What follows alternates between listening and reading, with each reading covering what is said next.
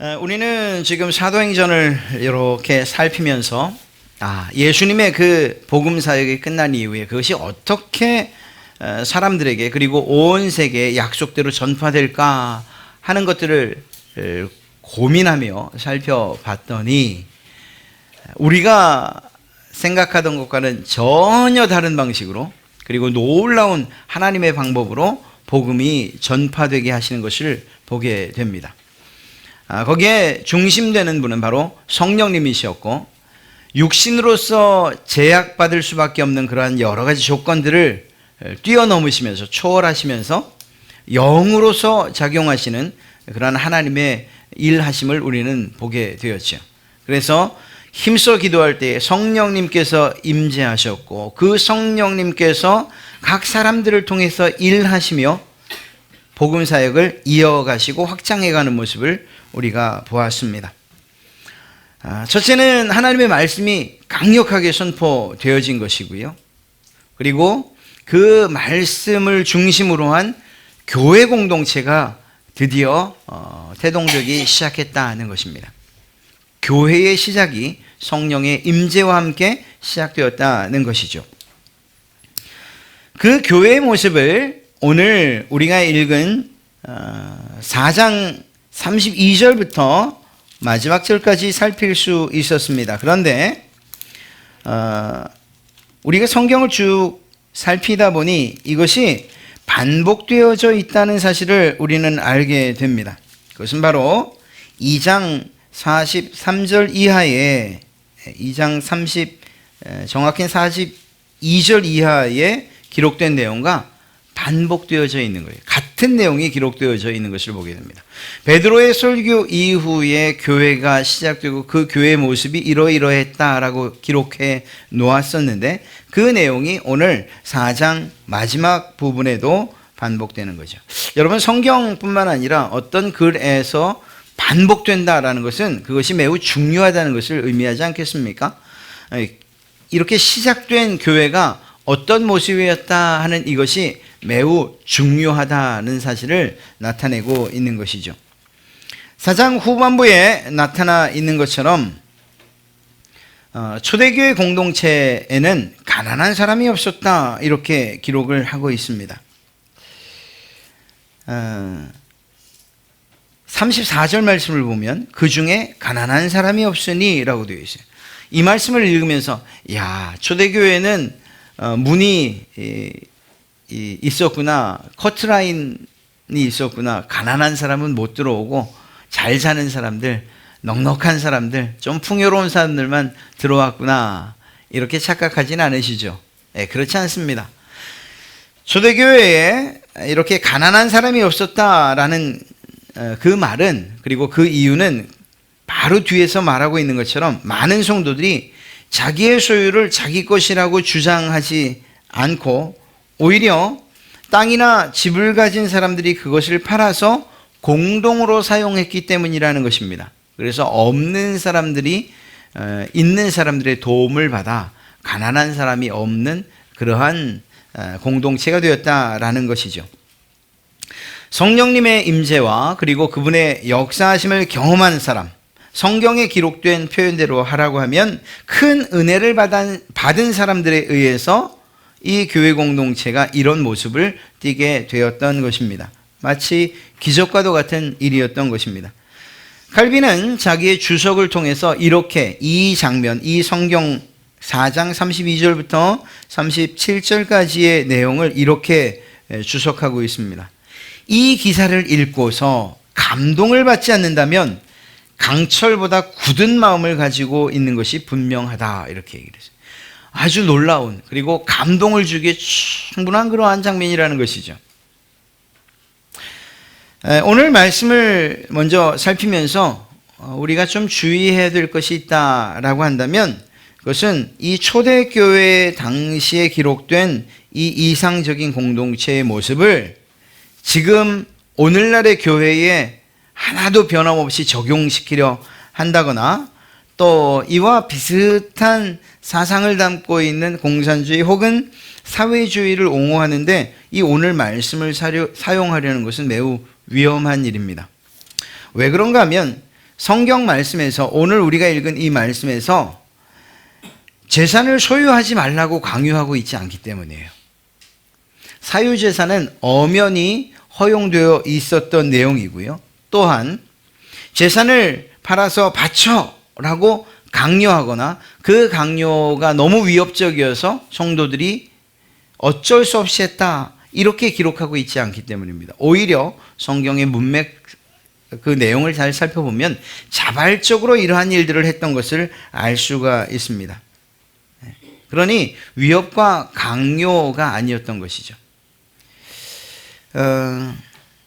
특히 공산주의나 사회주의를 지지하는 그런 모델이 될 수 없는 이유는 성령님의 임재하심 뿐만 아니라 그들이 기독교 자체를 인정하고 있지 않기 때문입니다. 그러니 이 하나님을 빼버린 상태에서 정치 체제로나 혹은 조직상에서 강제적으로 그것들을 압수하고 또 그것들을 분배하고 하는 이러한 사상과는 전혀 다른 것이죠. 그러니까 이것이 공산주의를 지지하는 성경은 될 수가 없어요.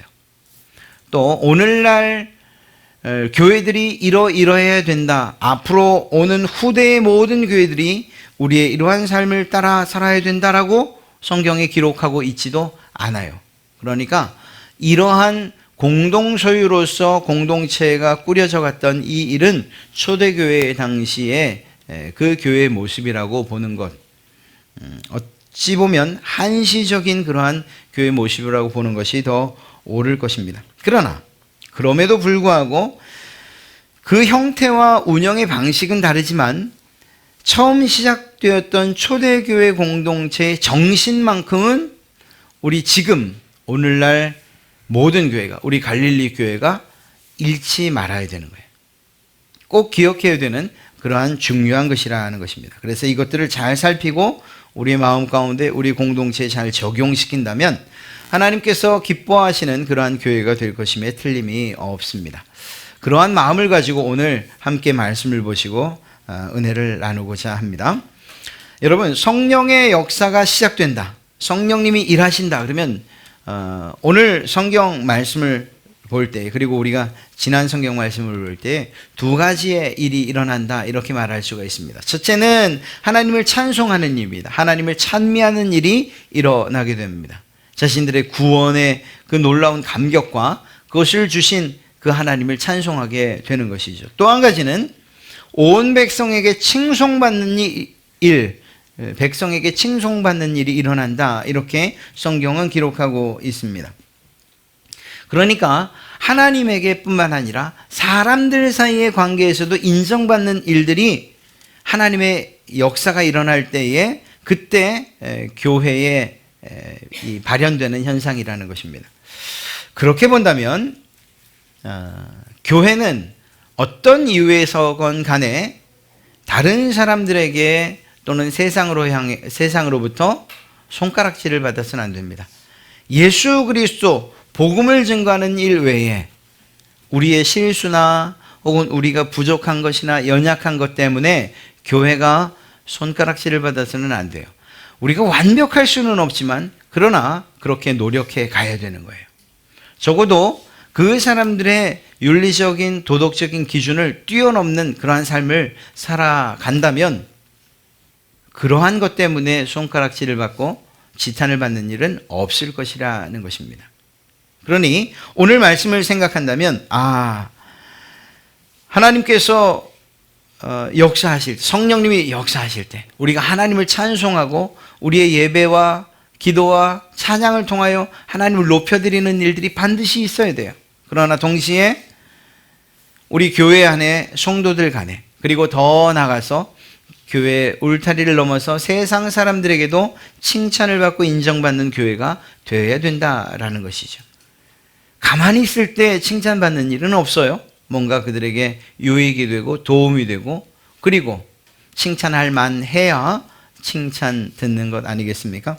자, 이렇게 본다면 오늘 이 초대교회에 일어났던 일들, 그리고 그 정신을 살피는 일은 더욱 중요한 일이 될 것입니다. 여러분, 은혜를 받고 또 하나님께 헌신한 사람들이 재산을 팔아 사도들에게 가난한 사람들을 위해 사용해달라고 드리는 일이 지금 일어났다라고 기록하고 있습니다. 이것이 무엇을 의미하는 것일까요?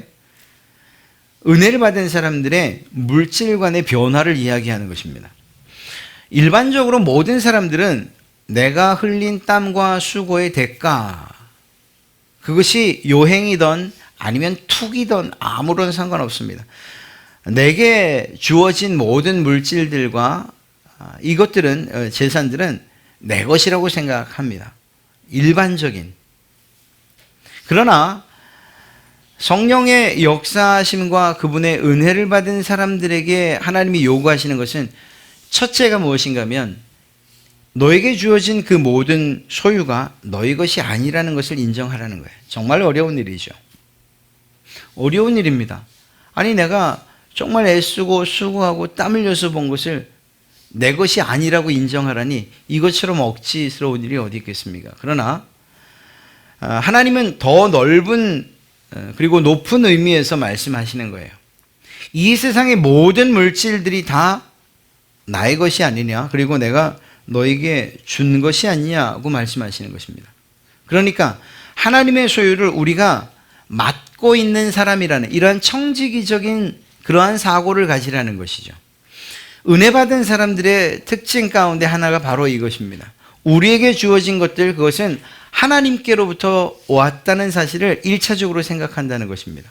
즉 하나님께서 주셨다는 거죠. 우리의 땀과 수고가 없었다는 것이 아니라 궁극적으로 하나님께서 우리에게 주셨다는 것을 먼저 생각하라는 것입니다. 그렇다면 하나님께서 주신 것이라면 반대로 생각하면 하나님께서 거두어 가실 수도 있다는 생각을 하라는 것입니다. 즉 그것이 내 손에 있지만 그 소유, 주인은 바로 하나님이시라는 사실을 잊지 말라는 것이죠. 여러분, 내 손에 들려있는 것이 내 것이라고 생각할 때 움켜쥐는 것이죠. 그죠? 내 손을 거쳐 지나가는 것이라고 생각한다면 결코 그것을 움켜쥐지 않을 것입니다. 내가 관리해야 되는 것이라고 한다면 그것에 정말 목매는 일들은 없을 것이라는 것이죠. 바로 그것을 이 초대교회에 은혜 받은 성도들이 가장 처음 경험하고 또 그것을 자신들이 깨달은 바를 삶 가운데서 나타내고 있는 것입니다. 교회가 이러한 모습이어야 한다는 것이죠. 그래서 자기의 재물을 자기의 것으로 주장하지 않고 나누려 했다는 사실을 오늘 성경이 기록하고 있는 것입니다. 그리고 무엇보다 한 마음 한 뜻으로 이 일을 행했다라고 되어 있습니다. 그리고 자유롭게 자발적인 헌신이 있었다는 것도 역시 말합니다. 땅이나 집을 팔아 사도들이 발 앞에 놓았다라는 이 말의 의미가 바로 그것입니다. 강제적이지 않고 억지로 하지 않았다라는 사실입니다.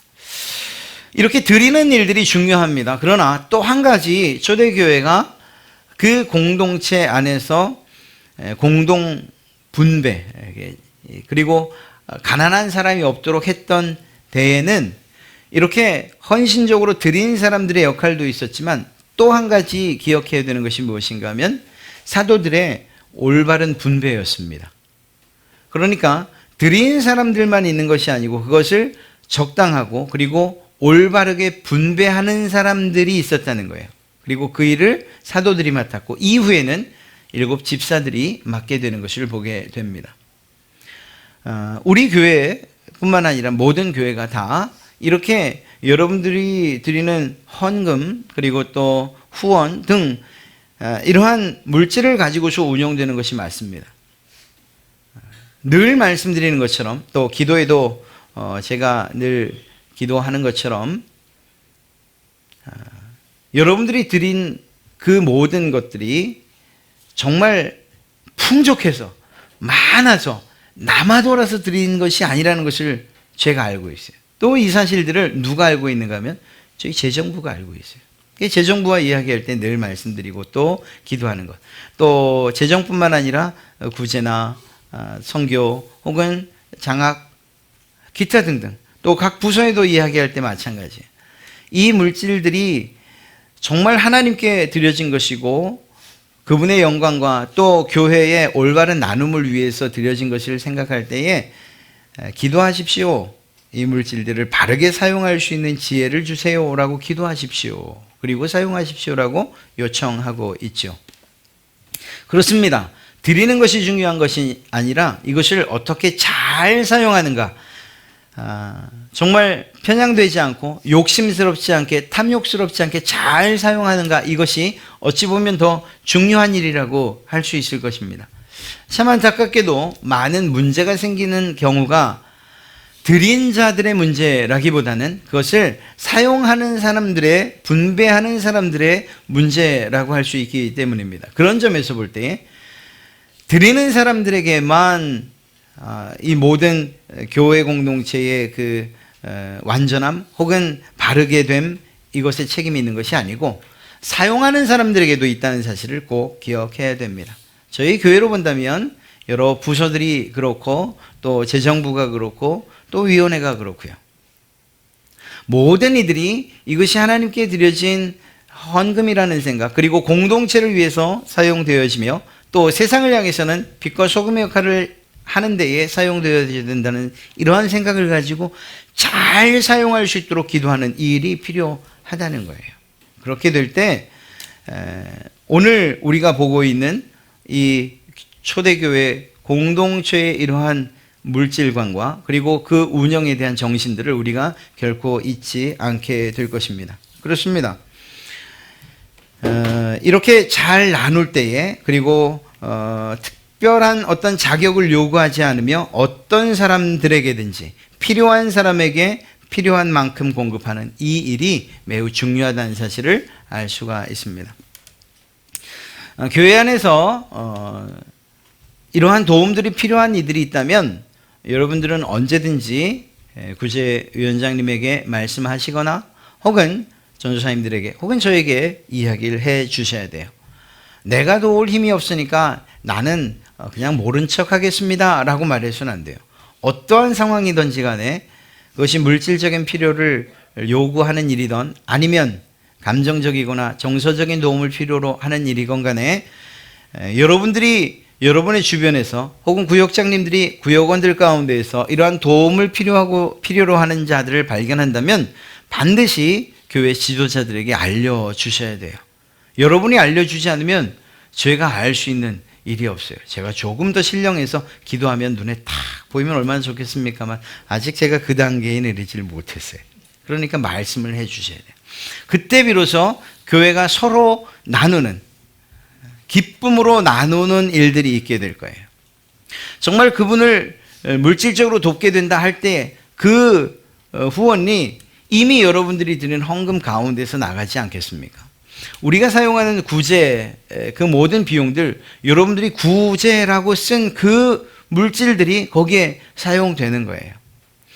동네 어르신들 식사 봉사이던 5월 5일 어린이 축제이던 혹은 쌀로 혹은 라면으로 누군가를 돕는 일이든 교회 안에서 혹은 다른 어떤 이들을 돕는 일이든 그 모든 것들이 여러분들이 드린 그 귀한 헌금으로 사용되고 있다는 거예요. 그러니까 이미 여러분들은 이 일을 하고 있다라는 거죠. 교회에서는 이 일을 좀 더 확실하게 하기 위해서 절기에 거쳐지는 헌금들 가운데에 일정 부분 80만 원을 구제비로 사용하고 있지 않습니까? 6번이니까 480만 원은 기본적으로 구제부에서 사용하게끔 그쪽으로 재정을 돌려요. 누가 하는 일이냐고요? 여러분들이 하시는 일이죠. 그러니까 내가 또 집을 팔아야 되느냐, 이렇게 생각하실 이유는 없다는 거예요. 이미 여러분들께서 충분하게 하고 계시고 또 이 사실들을 여러분들에게 말씀드린 이유는 이 말씀들이 여러분들에게 큰 짐처럼 작용되지 않기를 바라는, 오히려 자유롭게 지금처럼 기쁨으로 헌신하는 그러한 일들이 있기를 바라는 마음으로 드리는 것뿐입니다. 이러한 일에, 이렇게 드리는 일에 매우 올바른 모습으로 헌신했던 사람이 있어요. 그가 바로 바나바입니다. 오늘 우리가 읽었던 4장 36절부터 37절 사이에 구브로에서 난 레위족 사람이 있으니 이름은 요셉이라 사도들이 일컬어 바나바라, 번역하면 위로의 아들이라, 이렇게 그 별명을 갖고 있는 바로 그입니다. 권위자라는 이 또 다른 별명도 가지고 있습니다. 그가 자기의 재산을 팔아 구제를 위해서 사도들에게 드린 거예요. 사실 이 내용은 아주 간단하게 되어 있어요. 그러니까 그 당시에 교회에 있는 많은 사람들이 이런 방식을 통해서 자신의 물질을 교회에 드렸다는 것, 사도들의 발 앞에 놨다는 사실을 이 바나바라고 하는 사람을 대표해서 이야기하고 있는 것입니다. 그런데 또 한 가지 바나바를 등장시킨 이유는 무엇인가 하면 5장에 나오는 또 다른 사람들 때문입니다.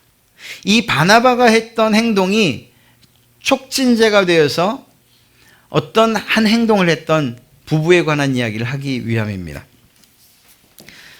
바로 아나니아와 삽비라라고 하는 부부의 이야기입니다. 바나바가 어느 만큼 자신의 재산을 드렸을 때 어느 만큼 교회에서 칭찬을 받고 인정받고 높임을 받았는지 이건 모르겠어요. 이건 우리가 생각할 이유가 없어요. 그런데 이 바나바가 드린 일이 아나니아와 삽비라가 보기에 괜찮았던 것만은 틀림이 없어요. 야, 바나바가 저렇게 교회에 물질을 드리니 자기의 재산을 팔아드리니 제법 인정받는 것 같기도 하고 또 다른 사람들의 입에 좋게 오르내리는 것 같기도 했던 모양입니다. 이 두 부부도 자신의 것을 주께 드리기로, 교회에 드리기로 결정을 했어요. 그러나 문제는 무엇이었는가 하면 이 아름다운 공동체 안에 자발적인 일들로 이루어진 이 드리는 일에 이기심과 욕심과 그리고 공명심이 들어갔던 건 이것이 문제가 됩니다. 바나바와 같은 이런 모범적인 구제하는 사람들이 있었던가 하는 반면에 말씀드린 이 아나니아와 삽비라는 이 드리는 일 가운데에서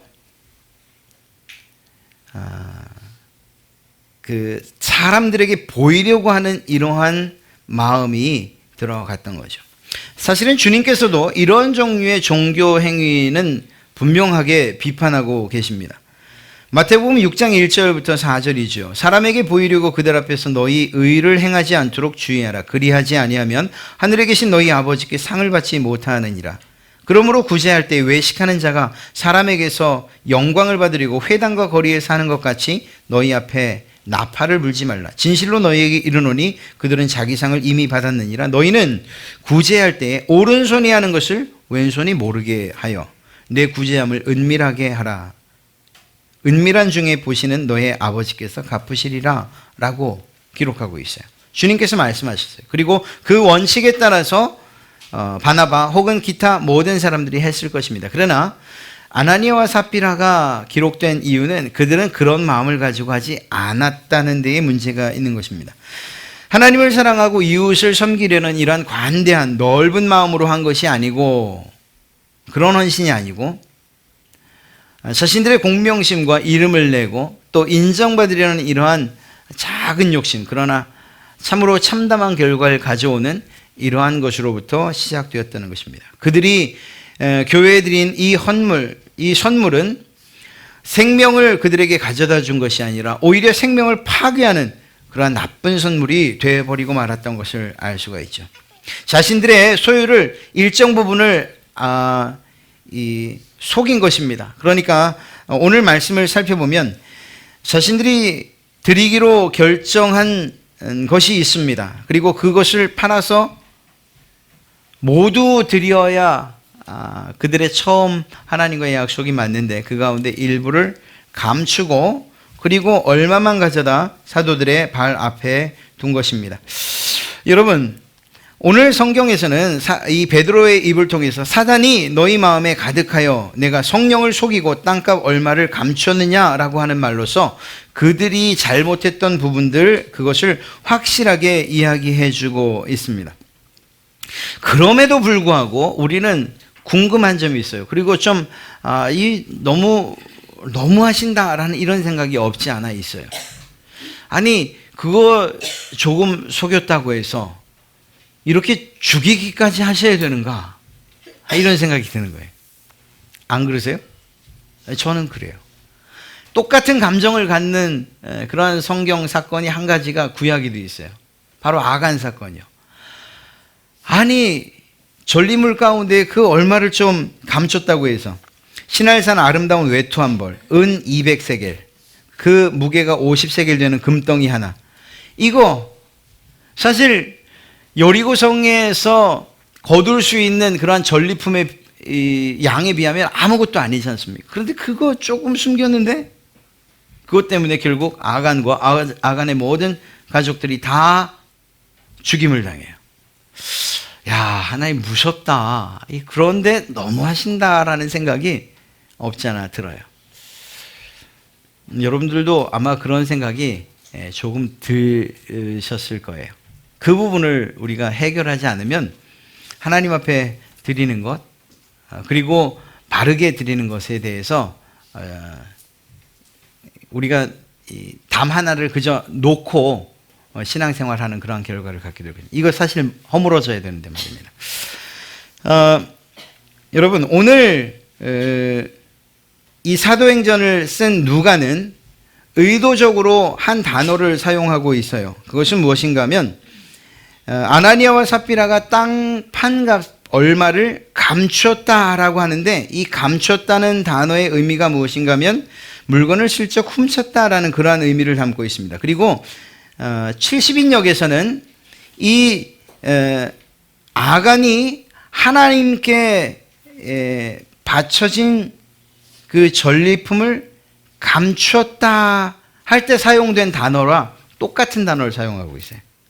그러니까 무슨 말인가 하면 이 누가는 아나니아와 삽비라가 감춘 그 사건과 아간이 전리품을 감춘 사건을 똑같이 보고 있다는 거예요.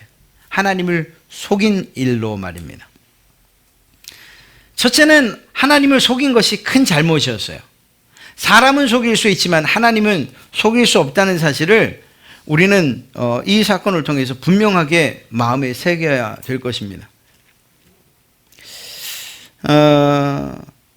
참 껄끄러운 얘기이기도 하고 조심스러운 예가 될 것 같습니다만, 사실은 참 어려울 때는 그런 생각들을 안 해본 것은 아니어서 저도 마음에 좀 부담을 가지고 얘기합니다. 사실 헌금 생활하는 게 쉽지 않아요. 그러다 보니까 내 수입 가운데 일정 부분을 정해요. 하나님께 드릴 것을. 그리고 헌금 봉투는 많으니까 헌금 봉투에 맞춰서 나눠요. 제가 그렇게 생각을 했었어요. 저만의 일이길 바랍니다. 중요한 것이 무엇인가를 잊고 있는 거예요. 그것이 그냥 11조로 드려지든 아니면 감사로 드려지든 그것은 사실 중요한 게 아니잖아요. 내게 주신 것 가운데에서 내 것을 하나님께 드리기로 약속한 부분을 드리는 것에 불과한 거예요. 그건 하나님과의 약속이기 때문에 그 약속을 지키면 충분한 거예요. 그것이 어떤 방식으로 드려지는가 하는 것은 그렇게 중요한 것이 아니죠. 그러니까 이렇게 강조돼서도 안 돼요. 헌금은 본교회만 드려야 됩니다 라고 강조되는 것도 옳잖아요. 왜냐하면 그 모든 것이 하나님의 소유라고 생각한다면 이러한 제한도 사실은 뛰어넘어야 되는 거죠. 오히려 본교회 개념은 출석하는 교회가 본교회가 될 거예요. 예를 들어서 이곳에서 다른 곳으로 갔는데 제가 제 본교회에 헌금하기로 했습니다. 제발 그러지 마세요. 그냥 그곳이 본교회가 돼야 되는 거예요. 그것이 맞아요. 그러니까 중요한 정신은 하나님께서 내게 주신 것을 내가 감사한 마음으로 드립니다 하는 이것이 중요하다는 사실을 잊지 마시라고요. 사람들은 볼 때 11조로 나누고 감사로는 뭐로 나눠서 이렇게 나눠서 이분이 정말 모든 부분에 헌금을 다 하시는구나 이렇게 볼지 몰라도 처음 그것이 마음이 아니고 그냥 정한 것을 임의로 이름만 나눈 것이라면 하나님이 그걸 모르시겠냐는 거예요. 그렇지 않아요. 그러니까 하나님 앞에 정직하십시오. 제가 아니고 우리 재정부가 아니라 하나님 앞에 정직한 헌금을 하시면 돼요.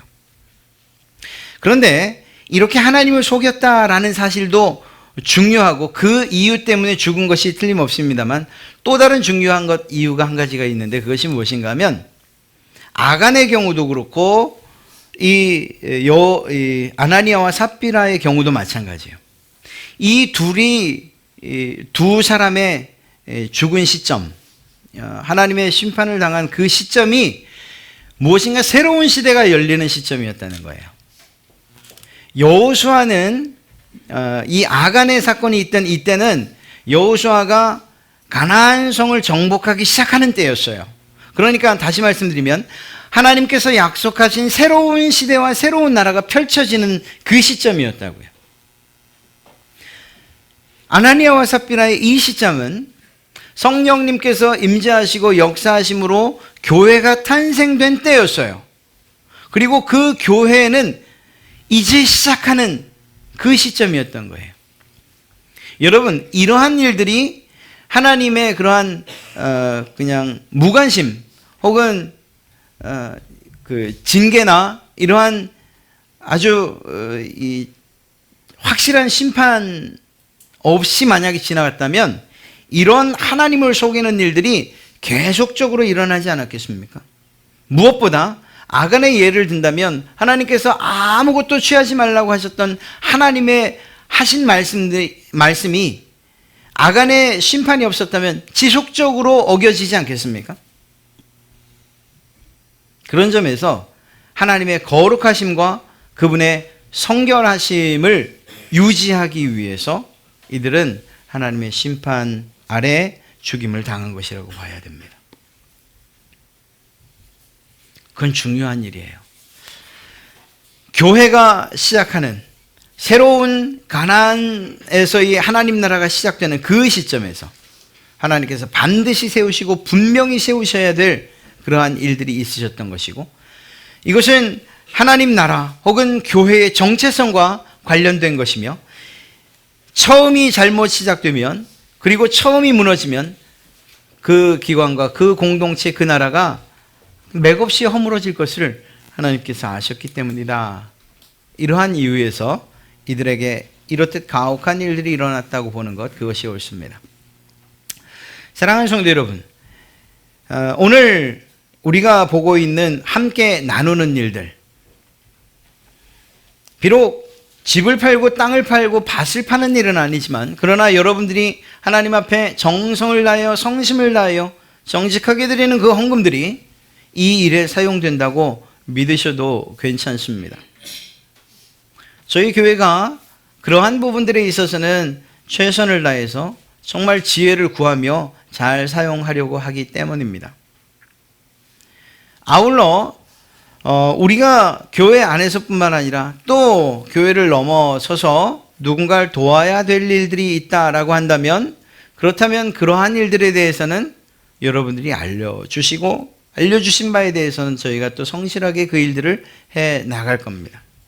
이러한 일들을 잘하기 위해서 저희가 또 봉사단을 만들었고, 그 봉사단을 통해서 여러분들이 힘써 몸의 헌신과 물질의 헌신을 이미 하고 있지 않습니까? 그리고 참 감사하게도 초대교회만큼의 그러한 칭송인지는 잘 모르겠으나, 그러나 그래도 갈릴리 교회가 이 지역 안에서 참 선한 교회, 또 그러한 영향력을 끼치는 교회로 이렇게 인지되고 있다는 이것만으로도 참 감사할 따름입니다. 앞으로도 마찬가지예요. 교회가 그렇게 간다는 것은 교회 공동체원들이 그렇게 살아가야 된다는 것을 의미하는 것입니다. 교회 안에서 서로를 돌아보고 서로의 필요를 채우는 일들 하십시오. 정말 여러분들의 힘으로 하다가 버거우시면 그때는 또 교회 요청을 하십시오. 그래서 교회에서 서로 가난한 사람이 없도록 해야 됩니다. 더 나아가서 교회 바깥에도 마찬가지입니다. 물론 여기서 가난하다, 이 초대교회 당시의 가난은 정말 이 생사와 관련된 그러한 가난이었어요. 그러니까 그런 부분들을 생각하고, 또 바깥도 마찬가지입니다. 우리가 이웃들에 대해서도 그러한 관심을 가지고 먼저 살펴야 돼요. 이러한 관대한 그리고 선한 나눔을 위해서 우리가 기도하면서 대상자를 찾는 일들도 중요하다는 것입니다. 그러면 그러한 일들에 대해서 교회가 함께 동력해서 여러분들이 교회를 통해서 결국 여러분들이 구제하고 또한 여러분들이 이 선한 나눔을 하는 그러한 일들이 있게 될 것입니다. 이미 많은 부분들을 하고 있고, 그리고 계속 요청이 오면, 또 관에서 요청이 오면 그러한 일들을 지속적으로 해 나갈 것입니다. 바라기는, 여러분들에게 바라기는 여러분들의 그러한 마음들이 변함없이 하나님 앞에 늘 정직하게 드리시고, 또 하나님께서 주신 그 모든 것들을 관리하는 그러한 청지기의 마음을 가지고서 여러분들의 물질들이나 시간들이나 이러한 것들을 운용해 가시길 바랍니다. 하나님께서 교회를 풍성하게 하셨다는 것은 결국 교회 공동체원들을 복 주셨다는 말과 같은 이야기예요. 여러분들의 그러한 헌신과 수고를 아는 제가, 그리고 또 재정부나 또 그 물질들을 사용하는 이들이 여러분들을 위해서 기도하지 않겠습니까? 이러한 도움을 받고 구제를 받는 이들, 비록 그들이 하나님을 알지 못한다 할지라도 감사의 마음을 표현하며 빌어주는 그 덕담과 복이 여러분들의 것이 되지 않겠습니까? 그러한 마음 생각하시고 초대교회의 이러한 정신을 담아서 우리도 함께 나누겠습니다. 그리고 나눌 때에 담대하게 나누고, 또 특별히 하나님께 드리는 일에 있어서는 속이지 않겠습니다라는 이러한 우리의 결단들이 필요할 것입니다. 이렇게 될 때에, 그리고 무엇보다 이러한 교회로서의 거룩함과 성결함과 정결함, 그리고 공명정대함을 지켜나가기 위해서 여러분들이나 제가 함께 노력해야 될 것입니다. 그래서 세상으로부터 칭송을 받는 교회, 그리고 교회 안에서는 하나님께서 베풀으신 은혜와 복이 풍성하게 흘러넘치는 그러한 교회가 될 때, 첫째는 하나님께서 기뻐하실 것이고, 그 하나님의 기쁨으로 말미암아 진정한 행복을 누리시는 그러한 여러분들이 되실 줄로 믿습니다. 오늘 주신 말씀을 가지고 세상을 향해 나가서 우리의 그 자리에서 우리에게 맡겨진 구제와 또한 선한 일들에 힘쓰시는 그러한 여러분 되시기를 다시 한번 주님의 이름으로 축복합니다.